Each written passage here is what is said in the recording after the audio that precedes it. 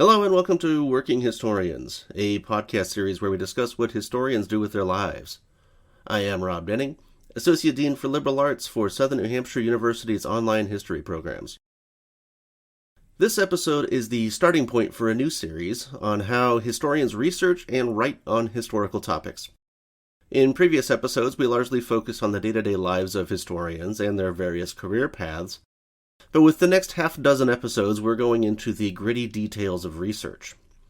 I put together a crack team of historians, including Eric Greisinger, Allison Millward, C.B. Repass, Matt Schandler, and Ryan Tripp, to talk about every step of the research process, from topic selection to source collection to argumentation to writing.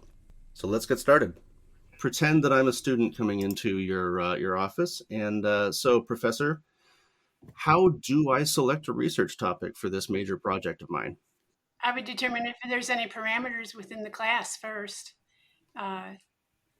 When using your sub-questions, I think is a good direction to take. Are you going to be expected to write a 10-page paper?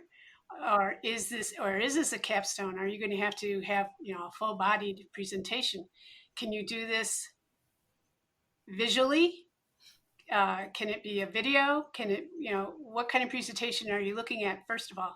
And then who's assigning it? I mean, wouldn't that be a major first step? Is this a history class? Is this a science class? Who's going to read your paper? What are they going to be interested in? What interests you?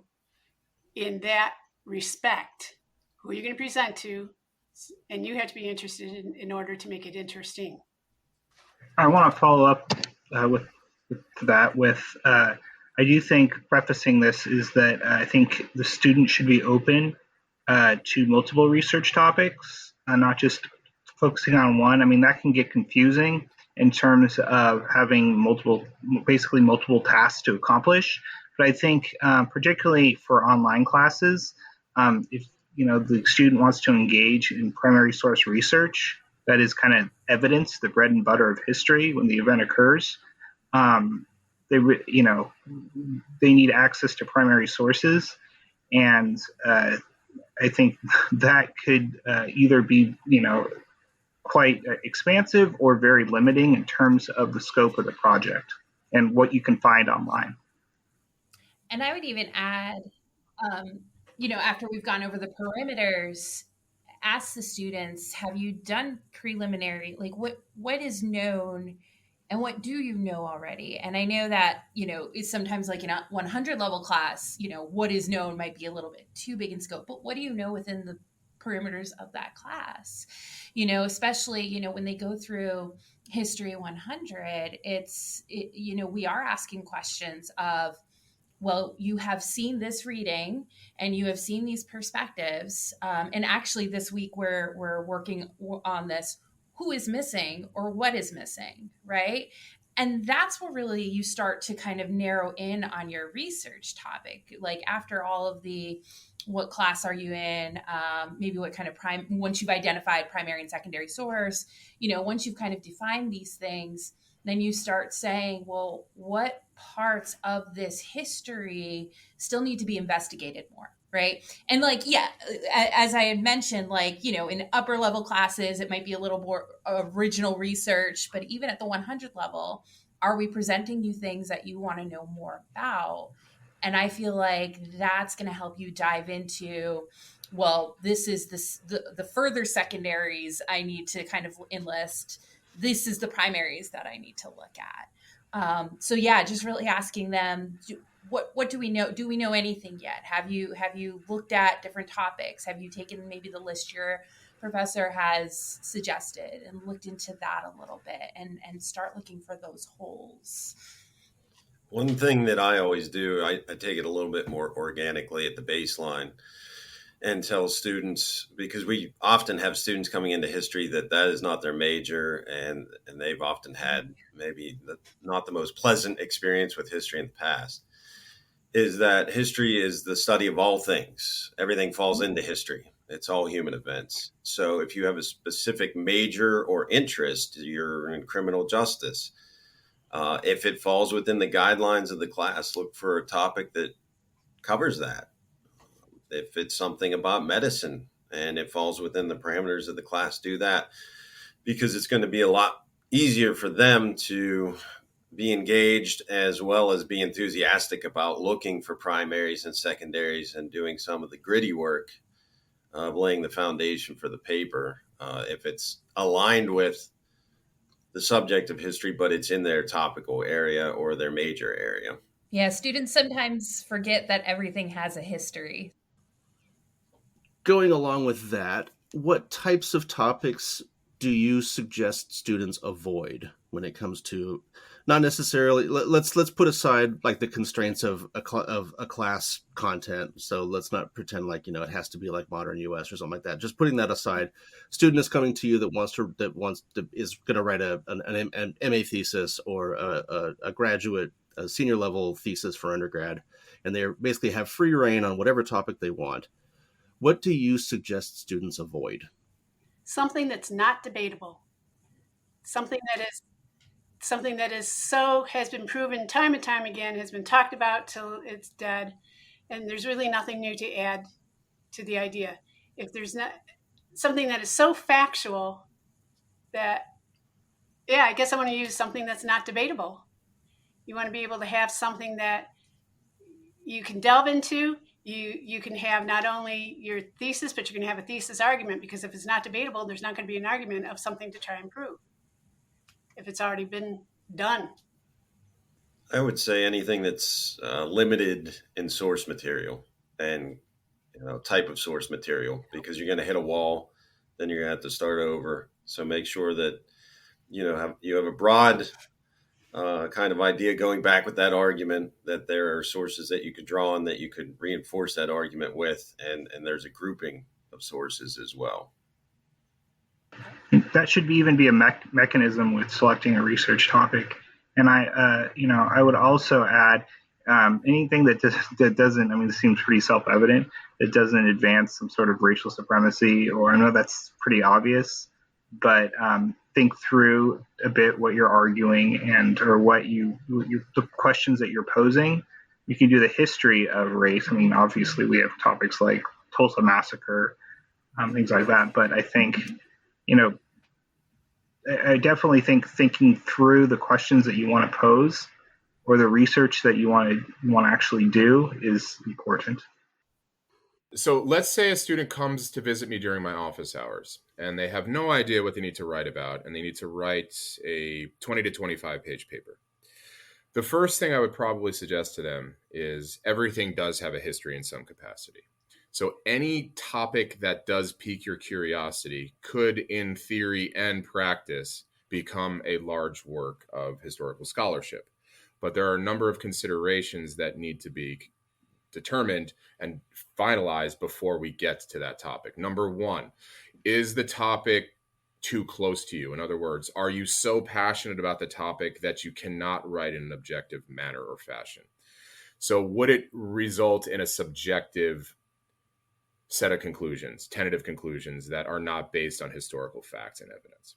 The second thing I would suggest is, again, considering whether or not the time that you have to develop this project can meet the scope that you have in mind. So if you have, say, a year, that's going to determine a very different size paper and a different approach to the project than, say, you had 16 weeks or less.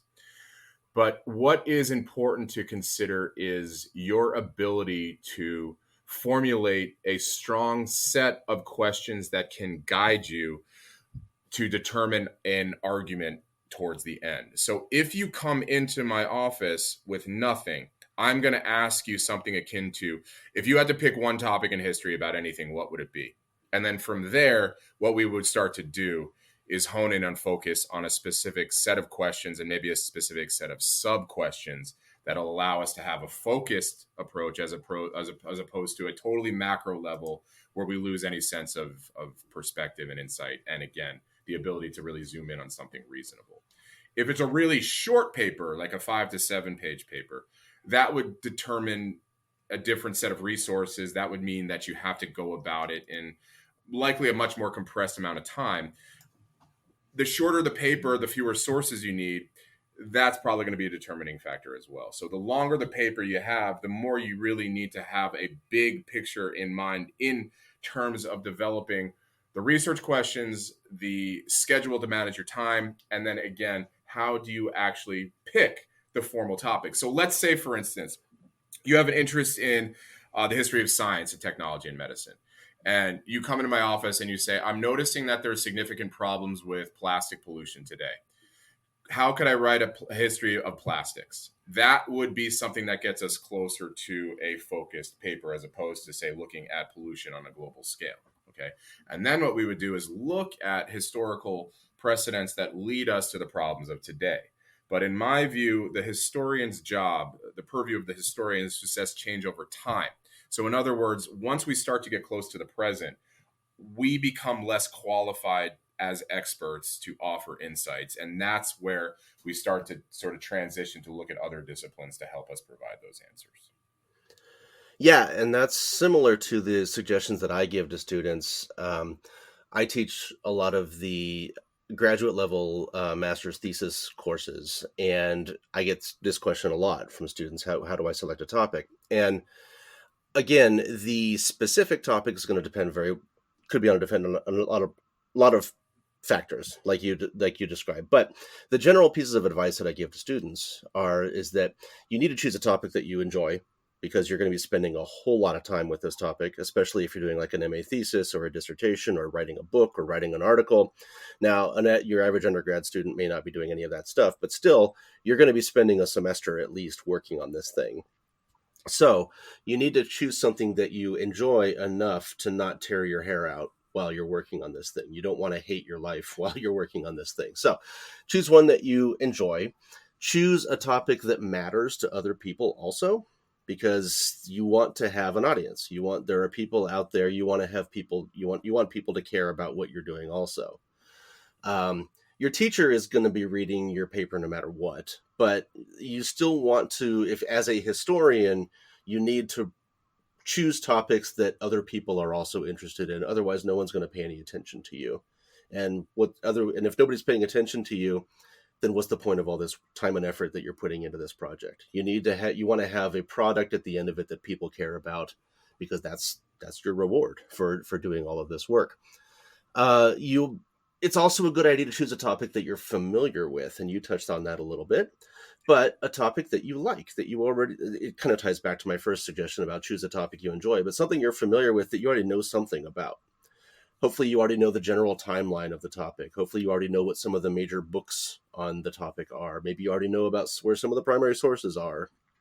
Maybe this came up as a result of a project from a previous course, or maybe it's something that you're just personally interested in.